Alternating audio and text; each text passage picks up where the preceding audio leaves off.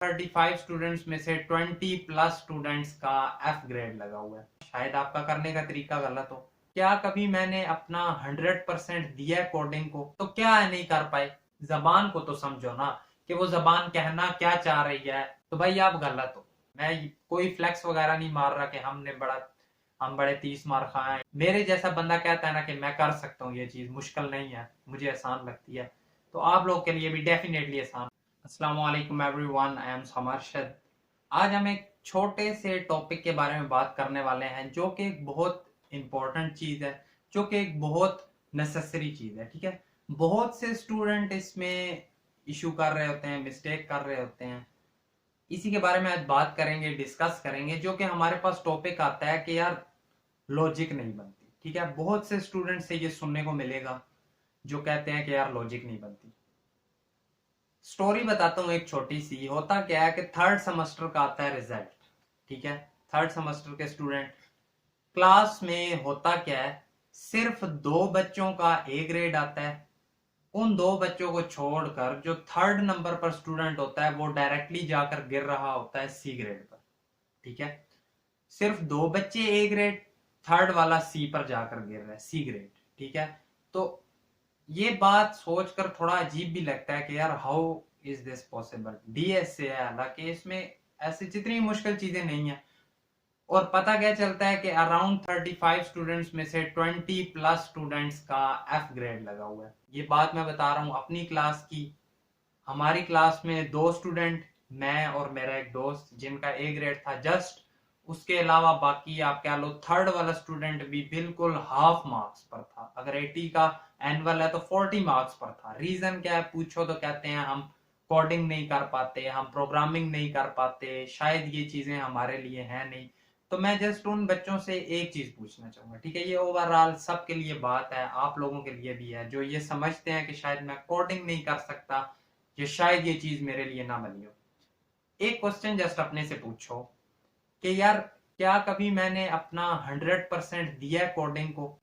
अगर तो आपका जवाब आए हाँ, तो फिर ऐसा हो ही नहीं सकता कि आपने अब ना कर पाए हो। ठीक है, 100% दिया या नहीं से मुराद इस तरह है, क्या कभी ऐसा हुआ है कि आप बैठ गए हो कि यार आज अगर बैठा हूं तो मैं कोडिंग करके ही उठूंगा ज्यादा सी। ठीक है, या मुझे नई चीजों की समझ आती तो मैं समझ कर ही उठूंगा। क्या कभी ये चीज आपने की है? अगर तो की है फिर भी नहीं हुआ, शायद आपका करने का तरीका गलत हो। आज मैं आपको बताता हूं अपना तरीका कि किस तरह मैंने एक दिन ठान ली कि यार आज अगर करना है तो करना है।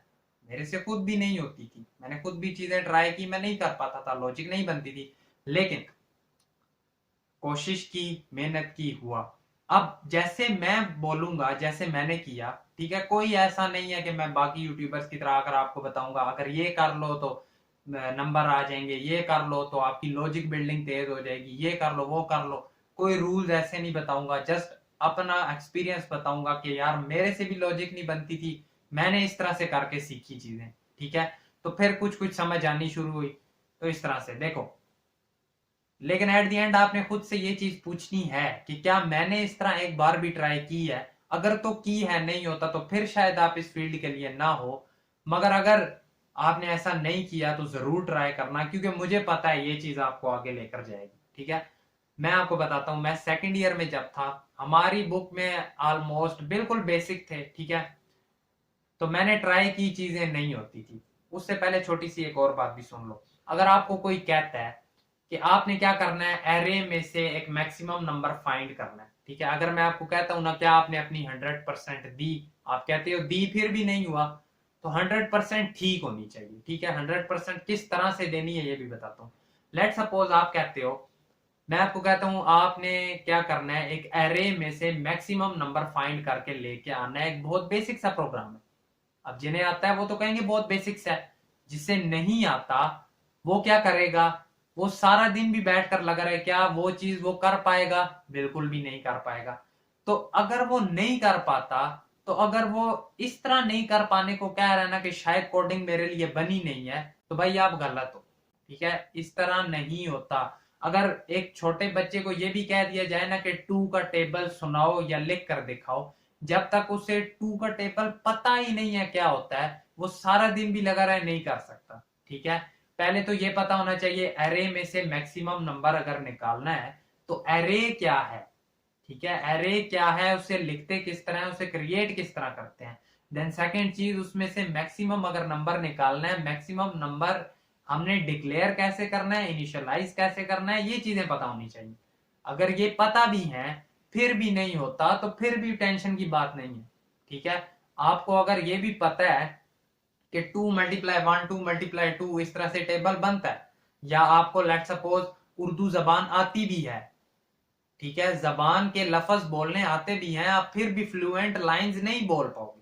ठीक है, आपको उर्दू बोलनी नहीं आती थी, आपने सीखी, आपने जस्ट वर्ड्स उसके सीखे, वर्ड्स पूरे सीखने के बाद आप फ्लुएंटली एक पूरी लाइन उर्दू की नहीं बोल सकते। ठीक है, तो ये चीज भी समझनी पड़ेगी। लेट सपोज आप एरे का प्रोग्राम नहीं कर पाए, तो क्या है नहीं कर पाए, जिसने किया उसका देखो उसने कैसे किया है। ये एक स्टूडेंट्स में ना बहुत एक चीज फिलअप हुई होती है कि यार मैं सोल्यूशन नहीं देखूंगा, मैं खुद से लगा रहूंगा, सारा दिन लगे रहते हैं, एट द एंड आकर हम कह देते हैं मुझसे नहीं हो सकता, कोडिंग मेरे लिए नहीं है, जबकि ऐसी चीज नहीं है। ठीक है, देखो सॉल्यूशंस जिन्होंने किए हैं उनके देखो। हाँ, देखने के बाद माइंड को ये समझाओ कि यार उसने ऐसे किया है, मुझे उसका सोल्यूशन समझ आया, पसंद आया, अब ये मैं नहीं भूलूंगा। भूलता है तो कोई बात नहीं है, दोबारा रिकैप करो। ठीक है, अगर इस तरह से वर्किंग चलेगी, इस तरह से प्रोसेसिंग चलेगी तो काम बनेगा। ठीक है, सॉल्यूशंस देखना कोई बुरी बात नहीं है, देखो और सीखो। अब मैं आपको अपना बताता हूँ। ठीक है, सेकंड ईयर में मैं बैठा, मैंने कहा यार आज करना है, मुझे कुछ भी नहीं आता था, सी आउट का भी नहीं पता था, मैंने फर्स्ट लैंग्वेज जो सीखी C++, तो मैंने कहा यार C++ क्या है, कुछ भी नहीं था पता, नई प्रोग्राम बनाने आते थे, बुक खोलकर मैं बैठ गया।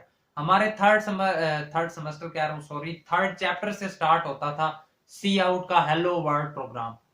मैंने वो लिखा लैपटॉप पर, पूरा पूरा करने के बाद मुझे जो जो चीजें नोट हुई अब आपको साथ बताता जाऊंगा। ठीक है, कि मैंने प्रोग्राम अपने पास लिख लिया, लिखने के बाद मैं क्या कहता हूं कि यार अच्छा एक चीज तो मैंने नोट कर ली कि ये हैश इंक्लूड आयोस्ट्रीम, ठीक है, देन इंट मेन पैरेंथेसिस, ये लिखनी मस्ट है हर प्रोग्राम के लिए। ये चीज तो पता चली। अभी ये नहीं पता था कि इंक्लूड आयोस्ट्रीम हम क्यों लिखते हैं। साथ एक और चीज पता चली कि अच्छा जो भी चीज हमने प्रिंट करवानी होती है, आउटपुट स्क्रीन पर दिखानी होती है, उसके लिए हम सी आउट लिख रहे होते हैं। देन सी आउट में मैंने एक दो चीजें और थोड़ा सा एक्सप्लोर किया तो पता चला कि यार सी आउट में अगर तो हम इन्वर्टेड कोमास डाल रहे होते हैं, देन हमारे पास वो एज इट इज चीज आ रही होती है। लेकिन अगर हम उसे इन्वर्टेड कोमास में नहीं लिख रहे होते तो हमें कोई वैल्यू रिटर्न करती है।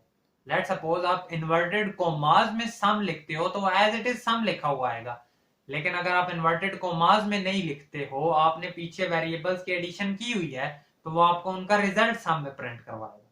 मैंने कहा ओके, नई चीज पता चली। देन पता चला वेरिएबल्स किस तरह बनाते हैं, उन्हें डिक्लेयर क्या करते हैं, कैसे करते हैं, इनिशियलाइज कैसे करते हैं।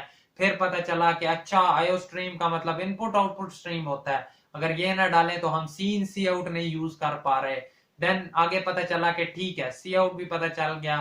फिर मैंने जंप किया लूप्स के ऊपर।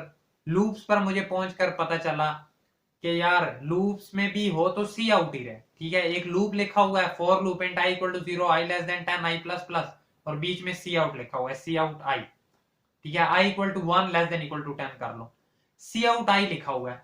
अब सिर्फ वही सी आउट आई जहां पर पहले एक कोई लफ्ज प्रिंट करा रहा था, अब इधर वही सी आउट आई 1 से 10 तक गिनती कैसे प्रिंट करवा रहा है। ठीक है, फिर मैंने वो सोचा समझा कि यार ये कैसे प्रिंट करवा रहा है। देन उसे एक्सप्लोर किया कि यार ठीक है, ड्राई रन करो, पेंसिल लेकर बैठो, कॉपी पेंसिल। इधर पहले मैंने यूं देखा इंट आई इक्वल टू 1, ठीक है, पहले 1 आया होगा, कंडीशन चेक हुई, देन नीचे गया सी आउट आई यानी 1 प्रिंट हुआ, देन इंक्रीमेंट हो गया।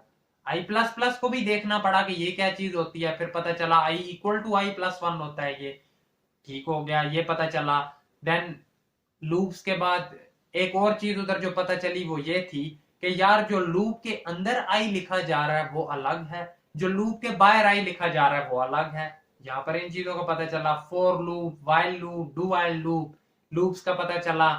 लूप्स को मैंने तो खैर इस तरह याद रखा हुआ है कि फॉर लूप इस तरह होता है जब हमें पता हो कि हमने स्पेसिफिक 1 से 10 तक जाना है। ठीक है, तो हम यूं करते हैं कि मतलब हमें पता है कि एक हमारे पास बाल्टी है, उसके अंदर हम 3 मग्गे डालेंगे तो वो हमारे पास फुल हो जाएगी। ठीक है, वाइल लूप की निशानी इस तरह है कि उसमें तब तक पानी डालेंगे जब तक फुल नहीं हो जाएगी। डू वाइल की निशानी ये है, अगर बाल्टी फुल भी है तो एक मग्गा तो उसमें डालेंगे ही डालेंगे, चाहे वो उससे ओवरफ्लो होकर गिर भी जाए। तो इस तरह कुछ लूप्स को मैंने याद रखा हुआ था। देन सेकंड चीज उसके बाद जो आ जाती थी एरेस। फिर मैंने देखा कि ठीक है, अब सी आउट के साथ सी इन की कहानी भी चल रही थी। ठीक है, कि यार अगर हमने सी आउट के बाद इस तरह किया तो क्या हो रहा है, ये प्रिंट करके दे रहा है, लेकिन सीन के साथ इस तरह से ये इंसर्शन एक्सट्रैक्शन ऑपरेटर्स का, ठीक है, कि ये करते हैं तो सी आउट हो रहा है, ये करते हैं तो सीन। सीन का मतलब जब हमने कोई वैल्यू मर्जी की देनी है तो हम सीन यूज करते हैं। ओके, ये चीज भी पता चली। फिर एरेज पर आया कि यार एक एरे को प्रिंट कैसे करवाते हैं। देन पता चला कि जब एक कलेक्शन हमने प्रिंट करवानी हो, ठीक है, अगर एक एरे को प्रिंट करवाना हो तो हम सिंपली सी आउट एरे नहीं कर सकते, देन वो उसका एड्रेस प्रिंट करवा रहा होता है। अगर एक पूरा एरे प्रिंट करवाना है उसके लिए लूप लगाना पड़ेगा। अगर पूरे एरे में वैल्यूज इंसर्ट करनी है तो लूप लगाना पड़ेगा। इस तरह की चीजें ना कुछ मैं समझता गया, देखता गया, फंक्शंस कैसे बनेंगे।